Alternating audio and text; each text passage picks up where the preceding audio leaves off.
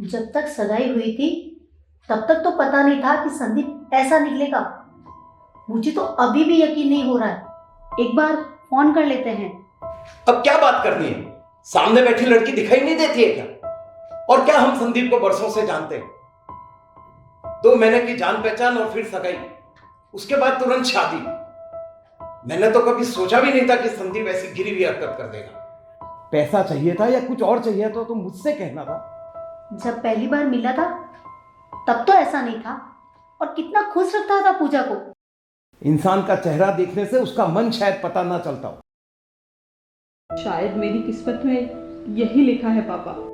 नहीं बेटा, तेरी किस्मत में ये नहीं लिखा है। ऐसा नहीं हो सकता। तुझे उस नर्क में जाने की कोई आवश्यकता नहीं है। हम अभी चल के अपने लॉयर से बात करेंगे। मैं तेरा रिश्ता कहीं और देखूंगा, इससे भी अच्छा लड़का देखूंगा। अब की बार चूक नहीं करूंगा। चल अभी एडवोकेट के पास चलते हैं। चल बेटा। नहीं पापा, रिश्ते सिर्फ एक बार जुड़ते हैं। जो भी है, जैसे भी, अब यही मेरी किस्मत है। संदीप मेरे पति हैं, वो जैसे भी मुझे रखेंगे, मुझे रहना होगा। जाओ देखो, और जो भी हो उसे कहना बाद में वापस आए। ये क्या कह रही है बेटा? ये गलत बात है। इतनी आसानी से हार नहीं माननी चाहिए। हम अपने लॉयर से बात करेंगे। शादियां बार बार नहीं होती है पापा। अब वही मेरा घर है। जैसे संदीप मुझे रखेंगे, मैं वैसे ही रहूंगी। सही तो है पापा, पूजा बिल्कुल ठीक कह रही है।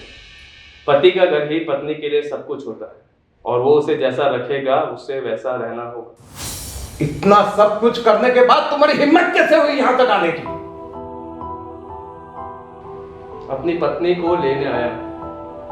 पूजा का पति, मुझे हर अधिकार है। बेटा, ये सब क्या है? मेरी तो कुछ समझ में नहीं आ रहा। तुम तो पूजा से इतना प्यार करते थे, शादी से पहले भी अच्छे से रहे हो।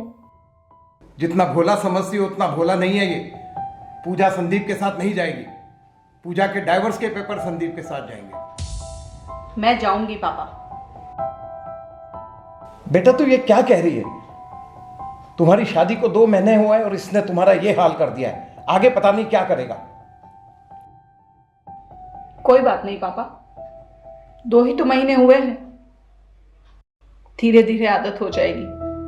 सीख जाऊंगी मैं सहन करना। ये क्या कह रही है बेटा तू? बेटा, पढ़ी लिखी होकर तू ये सब क्या बोल रही है? क्या हो गया है तुझे? क्यों पापा, माँ को भी तो हो गई ना आदत। मैं कुछ समझा नहीं। माँ को भी इसी तरह से रहते हुए कितने साल गुजर गए हैं। पूजा को भी आदत हो जाएगी। क्या बकवास कर रहे हो? तुम होते कौन हो हमारे बीच बोलने वाले? संदीप सही कह रहे हैं पापा। मम्मी ने आज तक आपकी मार खाकर चुप रहकर भी आपका साथ निभाया है, तो मैं ये सब क्यों नहीं कर सकती? बेटा, मैंने तो अपनी जिंदगी जी ली, तुमने तो अभी अभी जिंदगी की शुरुआत की है, और हम माँ बाप हैं तुम्हारे।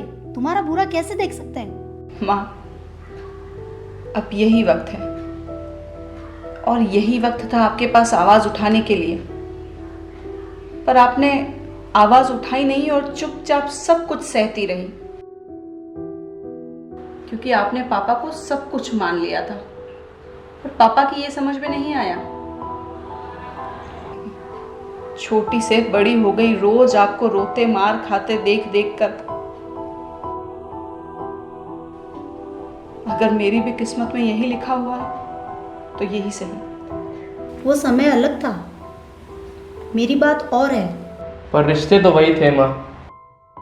आप भी औरत हो। तुम चुप रहो। हमारे घर के बीच में मत बोलो। क्यों पापा, संदीप आपके बेटे नहीं है? विदाई के वक्त तो आपने कहा था कि बेटी विदा नहीं कर रहा हूं, बल्कि मुझे तो एक और बेटा मिल गया है। ये वही संदीप है पापा। मैं संदीप के साथ ही जाऊंगी। पर संदीप तुझे खुश नहीं रख सकता। देख तेरी क्या हालत है। माँ, आप पापा के साथ खुश हैं?